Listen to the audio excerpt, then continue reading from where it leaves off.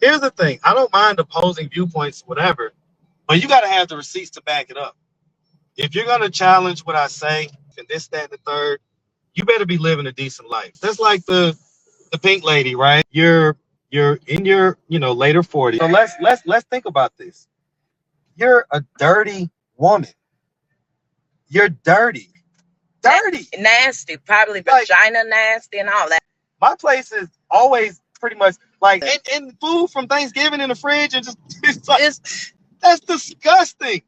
So like they said 5 bags of trash. The idea that she was the one critiquing me. You're dirty and you have the nerve to have been the one critiquing me. I'm like, okay, you know what? I'll never let anybody online like make me feel any type of way again until I know who they are, what they got going on. Yeah. I got my shit together. Like, I'm a man and I'm way cleaner than you, it sounds like. Yeah, forget that. Like, I'm not gonna let nobody trick me into feeling no type of way or none of that stuff no more. And then, like you say, you just saw, but you see, like, the reaction that I actually get in real life from my people, from my people out here on the streets, is 99% positive. And they really do approach him with love. Like what I've seen, it's not like that. A woman that's like that, to me, that is disgusting to me. For a woman, too. I don't like messy women that don't clean, that aren't neat and stuff like that. I don't like that. That is anti-feminine. No, not at all. Like, it's over with. Good for you, Marcus. Yeah, it's over with. I don't do any type of environment. I just don't. I'm triggered by that stuff. Really? You say you're a man and somehow you're way cleaner than her. Okay, so your place is clean, but your mouth isn't? Let's see. A dirty house or deep diving with your mouth in a yaya that, in your words, another man has dumped in. Food from Thanksgiving in the fridge, disgusting. Or tongue tango with another dude's semen that's been deposited in a ex-porn star, disgusting. I don't know, dude. Like, what the fuck made you decide to do this versus? Whether or not you know who they are or what they got going on, that's not going to negate whether their bad behavior deserves more critique than your bad behavior. Sorry, Marky. And having your shit together doesn't mean your dirty is somehow better than someone else's dirty. A 99% positive reaction is great. If that was an actual factual rating given by a non-partisan, separate, non-self-serving entity. But here's the thing. Even if that 99 percentile were accurate and there was only a 1% negative reaction, but that 1% negative reaction was because of your mishandling, disrespectful treatment of women in vulnerable positions, grown women who do desperate things in desperate times to meet desperately needed essentials. That 1%, that one bad apple is enough to spoil the entire 99% of the other good apples, or positivity. Nobody is saying that you do absolutely no good, or that nobody respects or loves you. It's obvious. In your videos, people come up to you all the time. They show that they appreciate what you're doing. But those are people who haven't experienced the negativity in you. So you have some people that are saying it's kind of difficult to focus on the good when the bad is just so... Like you. Calling that other person disgusting is crazy for a lot of folks, knowing how disgusting you've been. Think of it like this. Just as difficult as you find that person having the nerve to speak on how disgusting they think you are, some people find it just as difficult seeing you having the nerve to speak on how disgusting you think they are. I mean, dude. After another man dumped in it?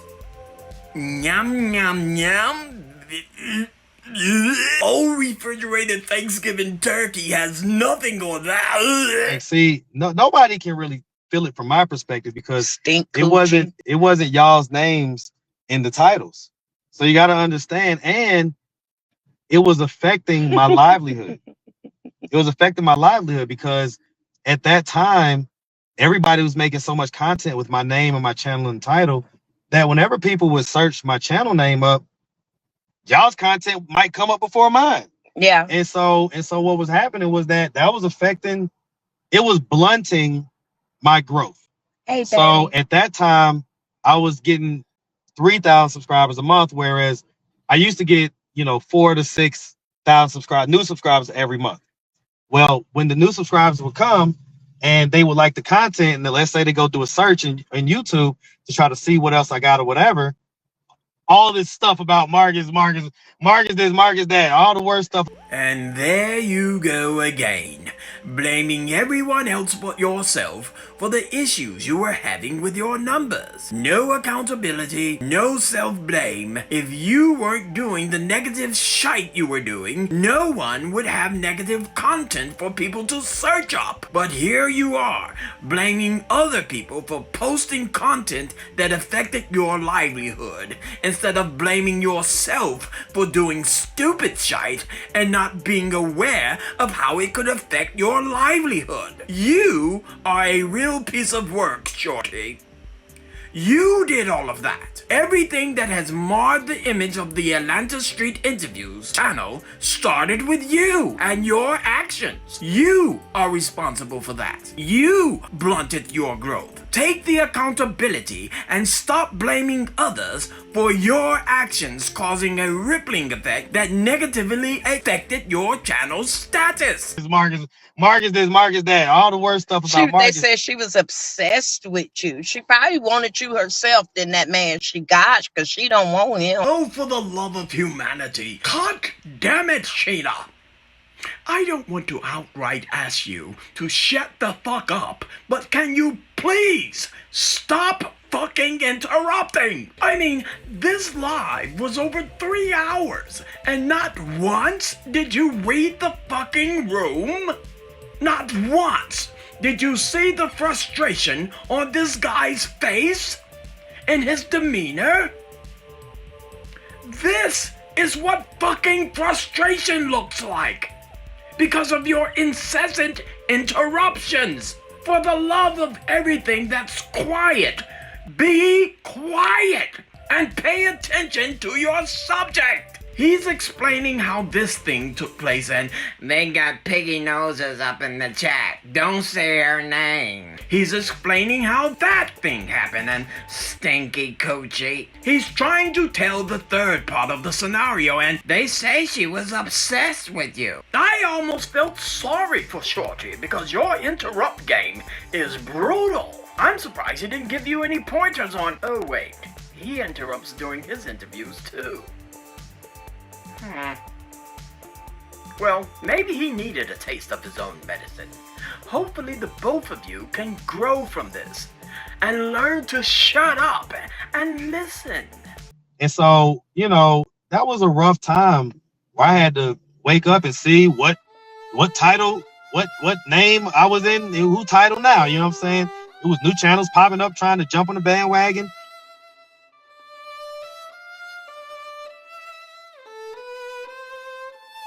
Here's something that I found that sheds a little bit more light on the lack in strength for your side of your comparative dirty versus the other person's comparative dirty.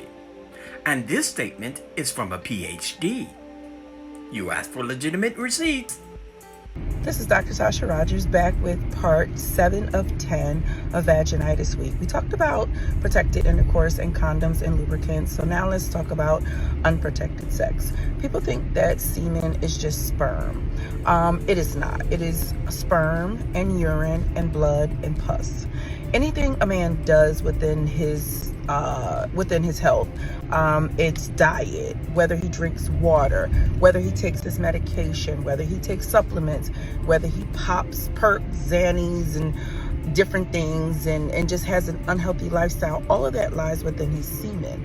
And when you have unprotected sex, you become the recipient of it, and that can alter the environment further in your vagina, subsequently causing a vaginitis. So it is not about being with multiple other women. He may be, I don't know, but when it comes to vaginitis and sex, it is about the overall lifestyle and health of your partner. Did you realize that if your partner has elevated sugar in his semen, your vagina could actually respond with a yeast infection?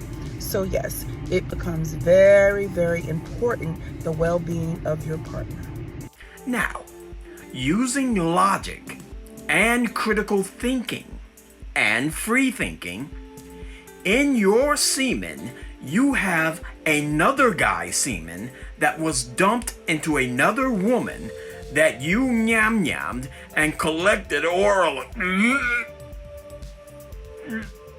Using a specified hypothetical. Notice I said hypothetical. I'm not saying it actually happened, but any female that you engage with within a certain amount of time after X-porns our mommy, no condom means you've just put another guy's semen, your semen, XP mommy's vaginitis, and whoever else dumper dude deals with, all of that you've just put into a new unsuspecting female, because for you, condoms are mid.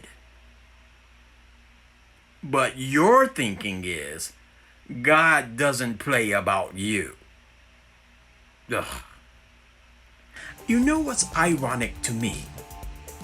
A mental health awareness advocate has completely neglected and ignored the fact that her Jeep driving friend has very obvious mental health issues. Go fucking figure.